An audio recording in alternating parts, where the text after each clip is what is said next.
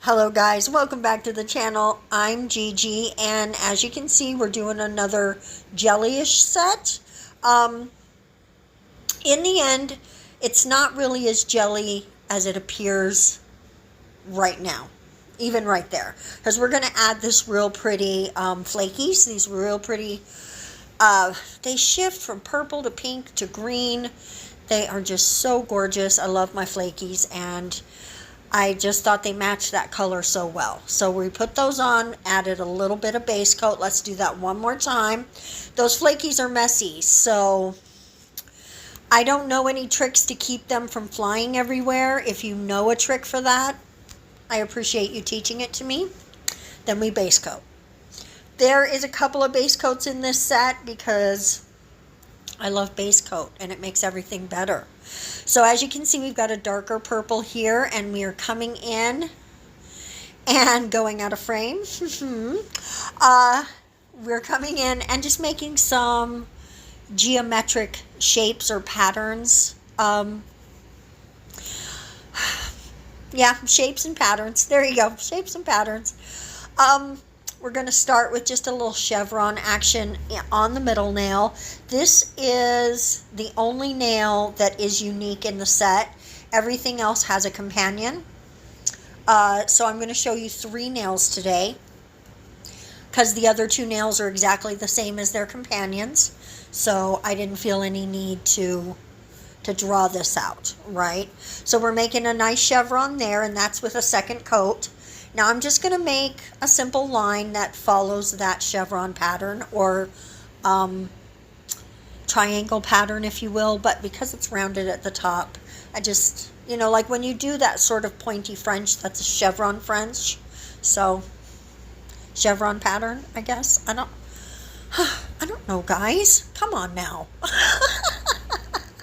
And then after that, we're going to make another chevron pattern, sort of pointing up toward what we've already got there. This shaping part goes on for quite a while, so we're just going to cut some of that out, because I do spend quite a bit of time trying to match the angles. It was a tiny bit of a struggle, but I think eventually we got there. Just let your eyes tell you where to go. You'll get it. You'll get it. Now on this one, we're going to come in and just do sort of a chevron frame, right? And I just really, I love all the nails, but these little frame ones, I dig them. And you'll see at the end, you'll have to let me know which shape pattern you like the best, because we do have sort of a rectangle thing going on here in a second too. You'll see. You'll see. So we're just coming in and fixing that up. Now I'm curing that real quick, and we're going to come in and make our little rectangles. Love these.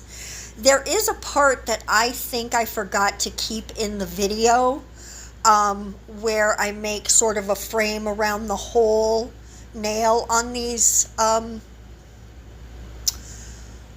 rectangular ones. You'll see at the end, but I'm pretty sure I didn't leave this in when I was editing, because I just this second remembered I did that, and so I'm pretty sure I didn't leave that footage in, and I do apologize for that. Now we're going to fill that in. As you can see, I started small and worked my way to bigger, because I just felt like it was not substantial enough for the nail. It just needed more oomphiness. And all of these purple parts are getting 2 coats to give it more opacity. This gives it almost a negative space sort of quality, except you do have that shimmery purple in there. So it might not 100% qualify for that, but it does have those vibes, right? And then we're coming in and doing the bottom part of our chevron frame. Now you could link the sides a little bit if you wanted to, but I felt like it really didn't need that. But there's no reason why you couldn't angle that up a little and angle down more so that you meet those 2 chevrons together. But I kind of like this open look, so that would just be like a personal decision, a personal preference for how things look. So now that we've got everything painted, we're going to come in with some builder gel and we're going to paint these down. I just figured it would be easier to use A, the builder gel, and B, to paint the whole nail, because I wasn't actually sure what I was going to do. So I wanted to just hedge my bets. As you can see on these rectangular ones, or maybe you can't, I don't know, I did connect the sides, like from on the bottom there, from the middle to the bottom, and then at the top I came around and connected to the other side. So it's almost like it's completely framed around. I really dug that. I think it looked cute. And with the gems, we're just doing a graduation from big to small, going outward. And look how cute that is. I really, really like it. I wasn't sure exactly what I wanted to do on this set at all. I just sat down and I knew I wanted to work with purple. And the more things I pulled out, the more I was like, okay, let's make it shimmery. Okay, let's make it this. Let's use this. And for not having a plan, which I normally do have a plan, for not having a plan, I'm super happy with how these came out. I think I just let my creativity flow and magic happened, right? I don't know, maybe magic is too strong of a word. Maybe I'm patting myself on the back a little too hard. After curing that, I went on ahead right away and just did the base coat.